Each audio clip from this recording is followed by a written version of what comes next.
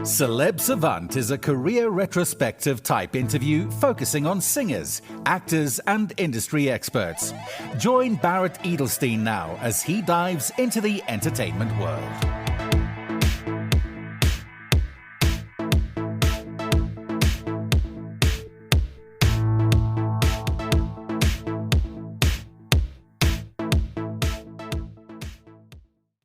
Twin brothers Billy and Louie are UK singers and songwriters. They have released their EP Manifesting, and they continue to lead award-winning choirs in Swindon of the UK. They reached the finals of The Voice the UK 2024, with Tom Jones mentoring them during their journey and process.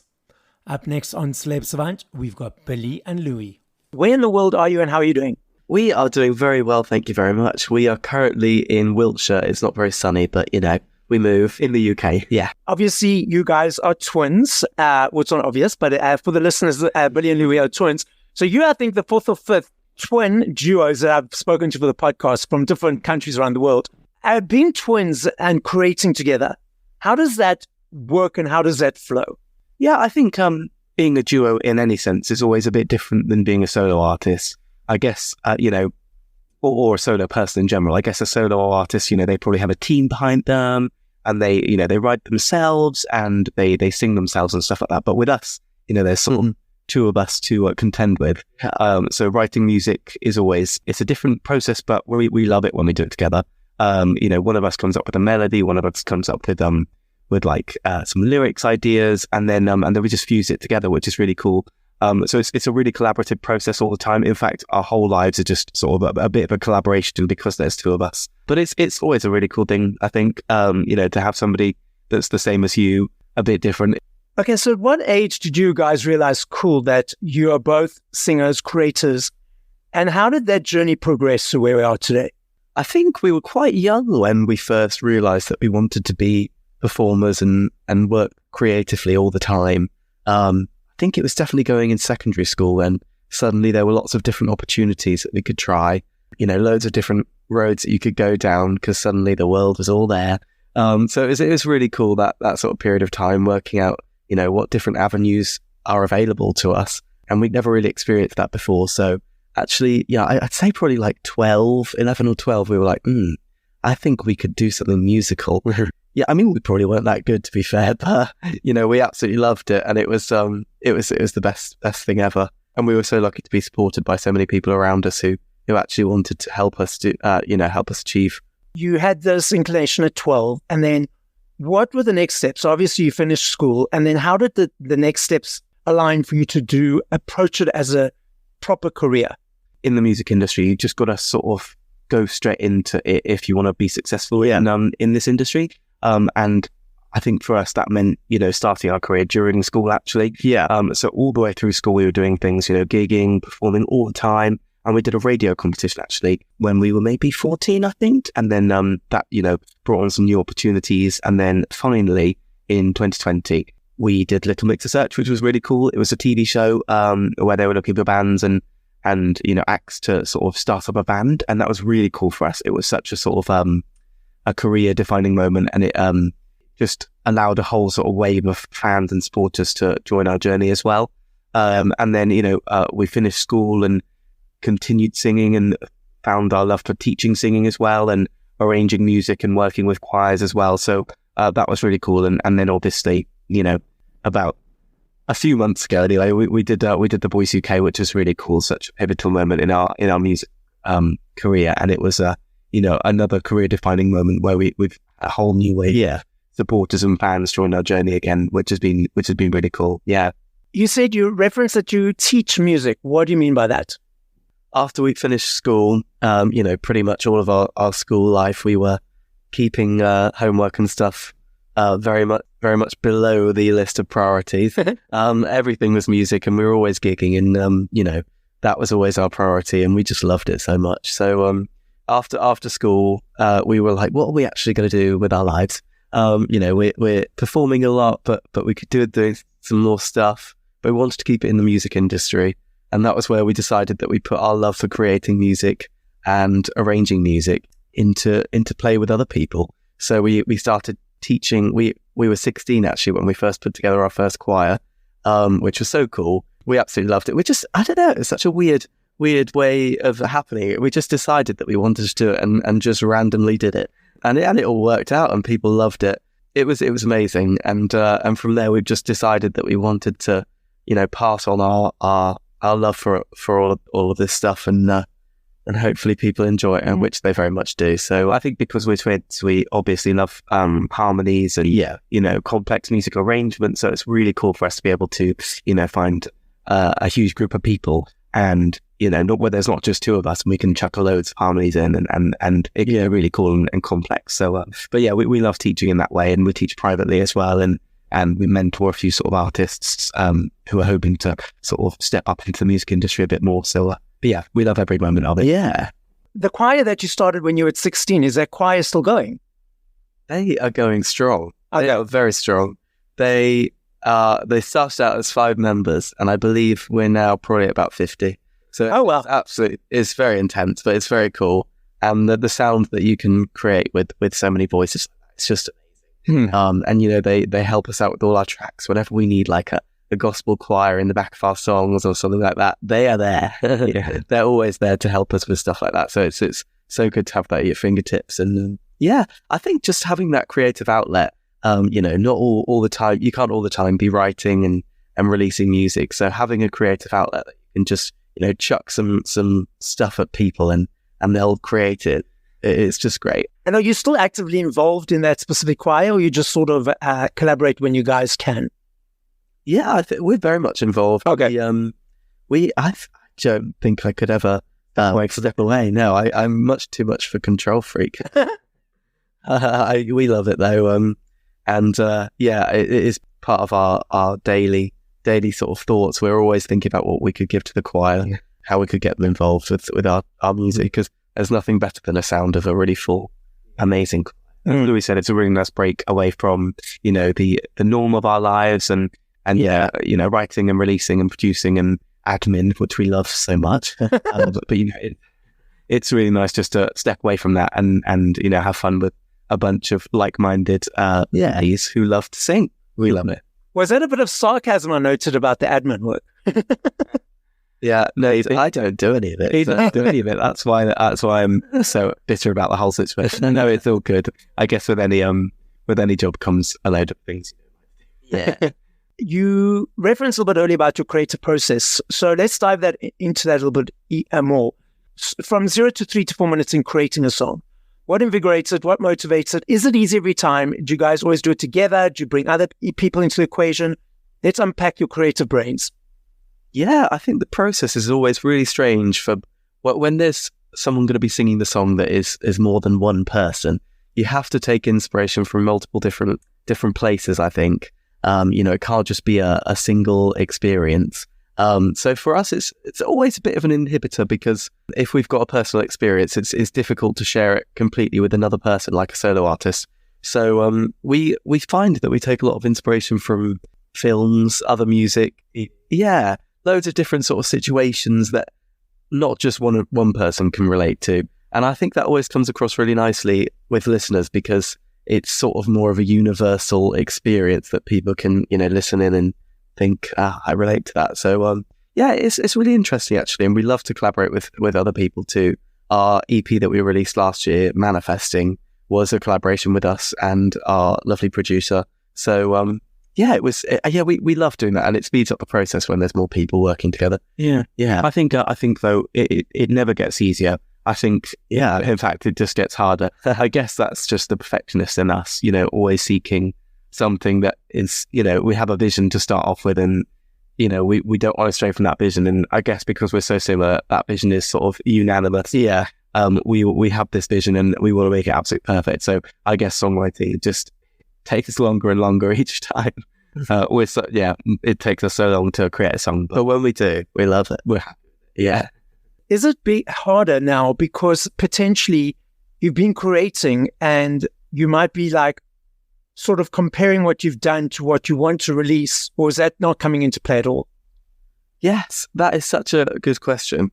That is so interesting actually. We are always in this battle of, we've released this, but do we want to release it? Like, what do we actually want to write? We were having this conversation the other day. The songs and the music that we listen to is very specific and very varied as well, I'd say. Very varied and different to what we perform, actually.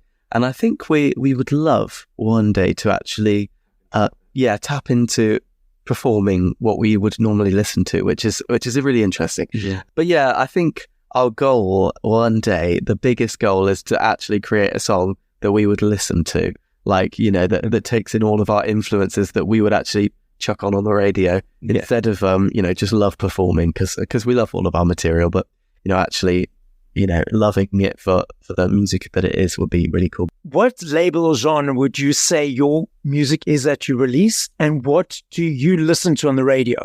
I'd say our music is poppy. It's pop soul. It's pop soul. Yeah. Definitely pop soul. I mean, we're always inspired by soul music. The greats like Aretha Franklin, Etta James, James Brown, they're all our main inspirations. And then, listening to like Christina Aguilera and Anastasia and even Bruno Mars, they're soul artists. So we've always listened to them and taken inspiration from them. And I guess that's sort of what we do. But what we listen to is different. We obviously listen to that side of music, especially the older stuff. But we like blues. We love jazz at the moment. We love country music. We love Stevie Nicks, all sort of random stuff. Yeah, every element of music that is slightly more obscure and slightly more niche is what we listen to. It's crazy. Nothing mainstream, really. Yeah, I mean, at the moment, I don't even listen to like powerhouse vocalists. I listen to like, we're in a weird sort of folky country stage, which is fun. Yeah. So that might one day translate into music. Yeah. When you bring new energy into the equation in your creative process, so obviously you guys have been living with each other forever since you were both born. You're very similar with minds and stuff and all that whole twin stuff. But when you bring some different energy into the room when creating, does it take a moment for you guys to get used to that new energy and that new person? Or because you're so used to each other that it's not a long process, it's just like, okay, we know each other, let's just dive in with this new person? That's a really good question. I think because of us and because of our twin connection, it's almost like just working with one person. Yeah. It's not really like working with two different entities. It is really like just working with one person. So I think when we introduce another person to this demographic, writing, collaboration, it's just it's a really cool process, and we have ideas that we'd never usually have. We don't have, they have them, and they influence our sort of our process. I'd say, it's a cool process. I love it, actually. Collaborating with people is one of our favorite things. I think that's why we've always loved like the choir and performing with other people, and I guess you'd probably expect us to have different ideas because there's two of us, but no, we are the same. So that whole twin thing is a reality. Oh, it is. Do you know what? It would be helpful if we had different ideas. Okay, so let's unpack. You may reference a couple of competitions. You said in 2020 you did the Little Mix competition. Is that correct? Yeah. So what? The search. Little Mix is so was that related to the band Little Mix? The premise of the show was Little Mix were looking for a new band to support them on tour, I think, was the final prize. So we just thought we'd go for it. We just turned 16 at the time, and I think we were just interested in, trying something, getting an audition, seeing how it went, really. We'd already done so much, but actually taking it to a different level. Yeah. Just something different was really cool. We really like Little Mix as well. We think they're really cool. And it was just going to be really exciting to perform to some new people, work with new people and see what happened. And we did it, and it was really cool. We did. We got through to, what stage was it? Like the third stage, which was like the band performance. Something like that. And it was just so cool. Like, we learned so much about us and creating music and again, working with new people. I don't think a band is for us, but, we worked that out and it was cool. I think our critique was, it'd be amazing to hear some more stuff as just a duo, which of course we have massively done since then. Yeah. Okay, so now tell us about The Voice UK. What was the inspiration to enter that, and how's that journey been? Oh, that was a crazy journey. I think it was a bit of an unexpected moment to say that we were going to do The Voice. I feel like we've, since when we did Little Mix Search, we sort of said to each other, we probably won't do anything like this again. We've had our time on TV, it's unlikely we'd ever do something like that again. But then they, sort of came to us and were like, are you interested in it? And they'd asked us a few times and we thought, actually, maybe this is the year for us, Probably about 2 or 3 years in a row, we always say, oh, maybe we should do it. And then we always back out a little minute. So we finally said yes. And we just decided to do it. And it was really cool. I mean, we've loved everything so far. And obviously, we're through to the final. And, it's been really cool to meet all the amazing artists are on it, as well as the incredible coaches. I mean, being mentored by Sir Tom Jones has been absolutely fabulous and so cool. We've loved it so much. Yeah. Am I understanding correctly that not only do shows like these, because I think a lot of people don't know this, as an individual, I can enter if I'd like to, but also they reach out to people like yourselves to ask them to enter. Is that correct? Yeah, of course. So there's an application process, which is a formality that everyone has to go through. But people working on the show are always looking for such a varied mixture of different talent, to be seeking really good vocalists. Because it's primarily looking for great talent. So they're just looking for such a wide variety, and obviously sifting through these applications and stuff. So and I suppose twins are quite unusual in general. So although apparently not, because there were 3 sets of twins on this season. Oh, okay. Including us. But, we had such a great time, and we're so glad that we did say yes to them. And we did go with this application process because it was so cool. Yeah. Is the application process quite intense or sort of just simple?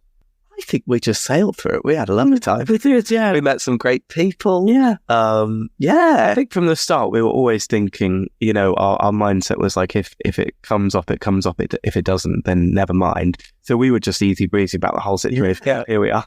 And I think The Voice now, because it's been going for 13 years, it's sort of becoming a place where really talented musicians can come and just showcase what they do. I think it's almost losing the sense of like high profile competition where everyone's expected to do really well and it's really tense and stuff. And I think it's just turning into a really nice supportive place where amazing vocalists can actually show off their talents. And I love that. Yeah, so cool. So that's why we said yes.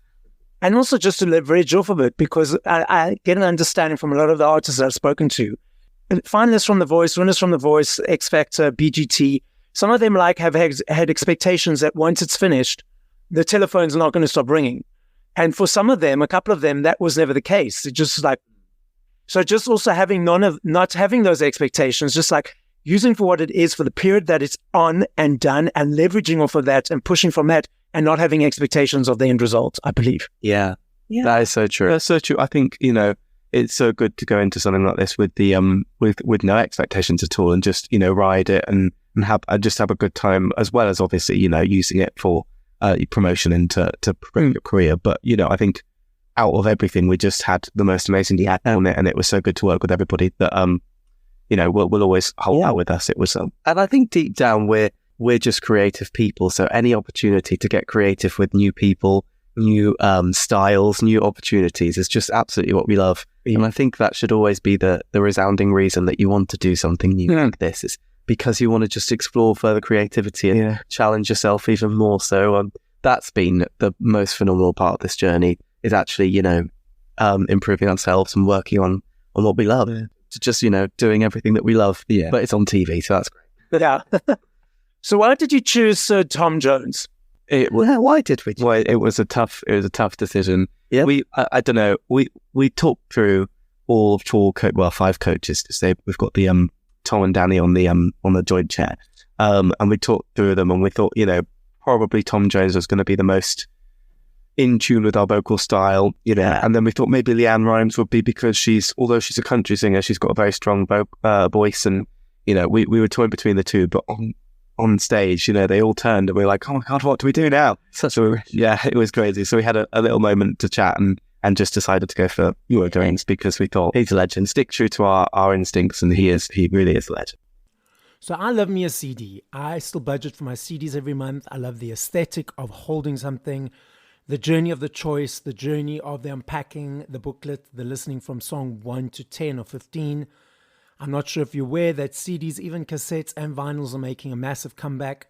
Vinyls alone last year in the UK, 5.9 million copies sold, the biggest since 1990. And cassettes and CDs are also on an upward trajectory. But we've also got these streaming platforms whereby people consume music on. What is your observation and perception of the landscape at the moment? Oh, that is so interesting. I love that question. That's so cool. Yeah, well, we love a CD. We love something physical. We can't listen to anything else in our car because we only have a CD player. You have a CD player in yours, and my car is even older. I have a cassette player.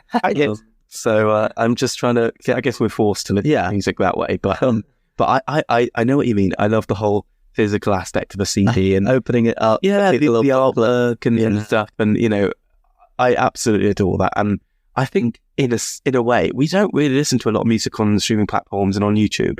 And that's probably why. But yeah, we just like the physical idea of, listening to a whole big body of work. Yeah. And I guess, the industry nowadays is so sort of geared towards singles and, hyping up an artist with their single release and, albums and EPs and LPs are sort of, a thing of the past really. But we power through that. We still make lots of music and stuff. And we do have CDs as well, which we love. And yeah, I think it's nice to, and I think the people that listen to our music tend to be sort of not our age group. So it's nice to have physical copies for them because they like, I think I love where it's going with the sort of nostalgia of everything. And I think it's kind of a gimmick in a sense that it's like, oh, let's do something retro. But I think people love that. And if it's a gimmick, then I'm here for it because it's so cool. But yeah, it's a shame that everything's online. But I love that it's starting to make a comeback and people are liking it, not because they have to listen to it, but because they actually appreciate something physical now. So I think it's cool. Yeah. And I think music will always be around. It although it changes form, it will never really change too much. So yeah, I think it's all cool. What is next? What's happening short term and long term? Well, we've got the final to go for The Voice. Which will be very interesting. We get to perform with the Sir Tom Jones, which will be very cool. And then after that, we've got some very cool stuff coming up. We are finally getting back into a creative space and writing some new music. We're going to get back into the studio and do some really cool stuff. A few collaborations we're going to do like that. And yeah, so we're just really excited to have a bit of time to ourselves to, because obviously it's been so crazy with The Voice. But time to ourselves just to get into a creative mindset and write some more music. But we're also going to do some live performances. We've got a huge thing in our sort of local area in Wiltshire. It's like a theatre that we're performing in with our band and some dancers. And it's going to be like a full-on concert, which I'm so excited for. We've never really done it on that scale before.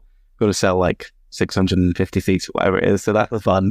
But I think we're getting there slowly. So that's a big focus. And I think we'll just see where things take us. Yeah, we don't have too many rigid plans at the moment, but we've had such a great time working on our craft, doing The Voice and stuff like that. It's actually nice to get back into the mindset of writing, releasing, rehearsing, all that jazz. So it's very cool, and it's just exciting, and not to be pinned down by any like rigid plans. It's quite a nice way to be. I love this game. I know if I had to ask you this question in 2 minutes, 5 minutes, 8 years, I know your answer will be different every time because there are millions of them. I recognize that and I understand that. I'm not saying favorite, I'm saying top of mind. But if you had to push play to 5 songs by other artists once we finish this conversation, what would those 5 songs be and by whom? Okay, Christina Aguilera. Gosh, this is so hard. Aretha Franklin. Oh, this is hard, isn't it? Wow. Okay, Tracy Chapman. I can't decide. 2 more. Because there's so many other artists, I'm just going to have to choose 2. Why am I looking at you? I can't look at you. Michael Kiwanuka. Let's go for Michael Kiwanuka. And Stevie Nicks. Your turn. Okay. Christina Aguilera. Aretha Franklin. George Michael. This is quite difficult, actually. Anastasia. And Dolly Parton. Oh, I didn't think of Dolly. I love Dolly. So the podcast is listened to throughout the world. So as a final message, what would you like to say? I'd like to say, be creative as possible. Music is so achievable, and it's such an amazing part of life and the world.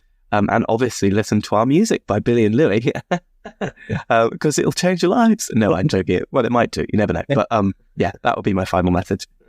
Louie?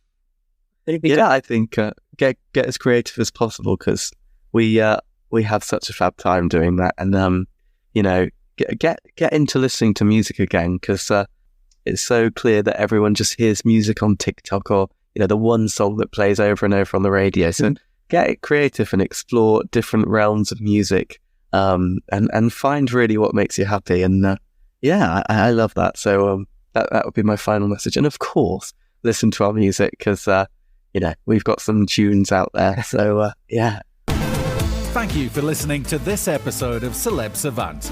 Please follow Barrett on TikTok, Instagram, YouTube, and Facebook at Celeb Savant. That's CelebSavant.